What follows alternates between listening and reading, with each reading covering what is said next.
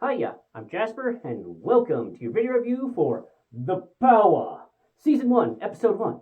So, as always, I'm going to do the good, the bad, and the furry. To start with the furry, there isn't any. Moving on to the good and the bad. So, a while ago, I was watching some show, and a preview for this came up, and the preview was like, hey, bunch of chicks get the awesome power to electrocute some motherfuckers, and other powers, like, I'm sold. I want to see this shit. Yeah, let's electrocute some motherfuckers. Let's go. And then it came out, or at least the first few episodes came out, and I was like, oh, it's still coming out. Do I wait for the whole season? I'll just watch the first episode, see how that goes. And let me tell you, the first part of this episode is real rough to get through because that opening narration. Just put on the first episode. Just put on that opening narration. Get through that and tell me you're not pissed off because it seems like it was designed to purposefully piss off half of the audience that you might have. It was advertised to me, I got interested in watching it, and then you have this opening narration that seems designed to piss me off. But on top of that, I would not be surprised if it didn't piss off most of the rest of the other half of the audience, because how they just rope people in and just generalize the shit out of it and just basically make everyone a victim complex. Like, fuck you, people have their own agency and they can take care of themselves. Like, you don't get to decide that for everyone. Fuck you, narration.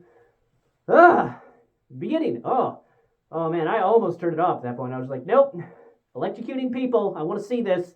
Could be fun.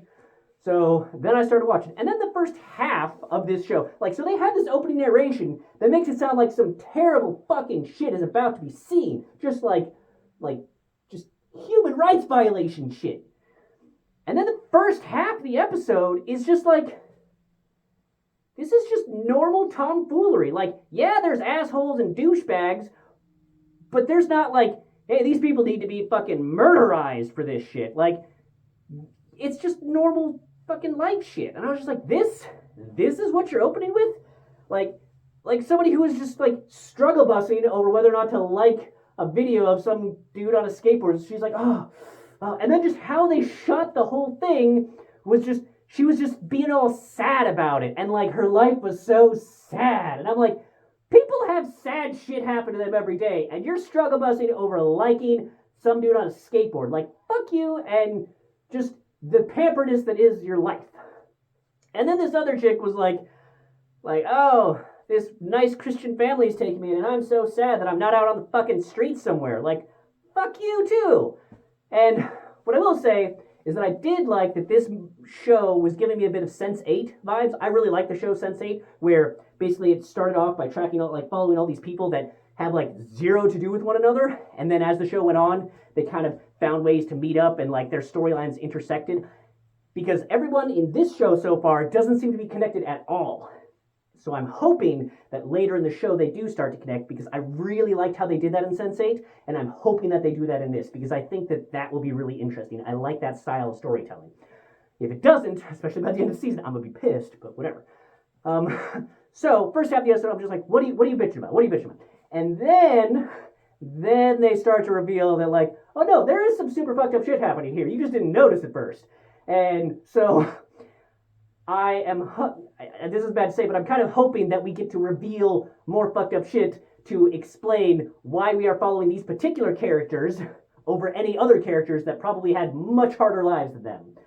So that's what I think is going to happen, but man, that was a real weird way to open, piss everyone off, then show normal life shit, to then start to show the fucked up things underneath. So I'm hoping that it does get better. At this point, I looked at IMDb and it's looking like it's supposed to be 8 or 9 episodes.